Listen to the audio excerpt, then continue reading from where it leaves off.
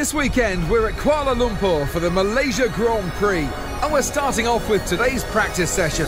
And I'm not sure what the time was, but it was 8/10 faster than my previous best, and it is currently P1 fastest in the session. And I did a 139.6. Right, I've got a good setup. You know, this is working well. I'm almost as fast as the freaking Mercedes drivers. It's now time for the important stuff. Time for qualifying here at the Malaysia Grand Prix. This is Q1 now. I'm on the prime tires. I feel pretty confident that I can get into Q2 on the prime tires. Because of my pace in FP3, the time that I'm looking for right here, the time that I'm expecting, is a 139.6. But you can see I've only improved by 1/10. 1/10. And Kimi is 4/10 up on me, so I didn't improve. Something is wrong here. Something is wrong. You can see, so that was P6 with that lap, but it was a 142.8. That's a terrible lap. That's a garbage lap. That's a full second slower than what I did on the prime tires. And once again, it's 12th, just like it was before. So at this point, I'm thinking, you know, this is how it's meant to be.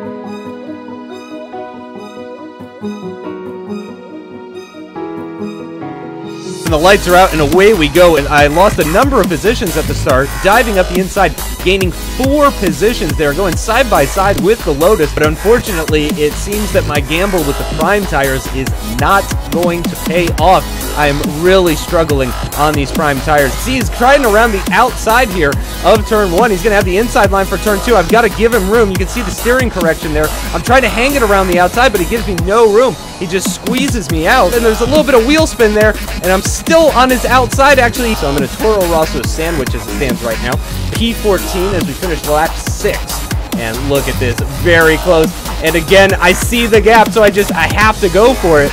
So much more traction coming out of the corner. You can see I just dive up the inside of him, and there is the contact between us. And I get the message. That was Jeff telling me more chance of rain on the way. And we have caught back up to the Frenchman, and we are going to be looking to make an overtake probably at the end of this lap. But just look at the difference in speed as we come out of turn 6, and just the extra exit speed coming out of there. I'm able to grab the inside line for turns 7 and 8 and take that position. Here we go into the pits. I'm going to be on much fresher tires versus everybody else when the rain comes. And we have caught up to the back of Roman Grosjean now. Nice traction coming out of that corner. DRS wide open in the slipstream. He's in the middle of the circuit. We're going to take the inside line heading into turn 1. The rain is here. And can I make the same move on him at the exit of turn 6? It's so beautiful.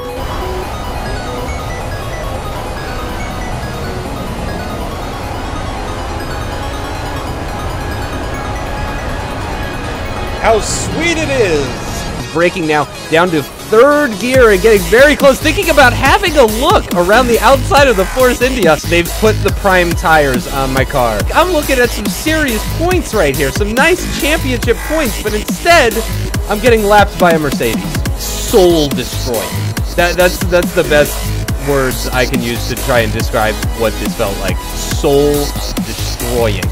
As we're very close to this Toro Rosso now. A little bit of wheel spin, the Toro Rosso with better traction. We dive back into the slipstream, but we've got much more power now. You can see the Toro Rosso really struggling. We slip out of the slipstream. It's a drag race down towards turn 1. And there is the sweetest message that you could ever hear. And who is that coming out of the pits there?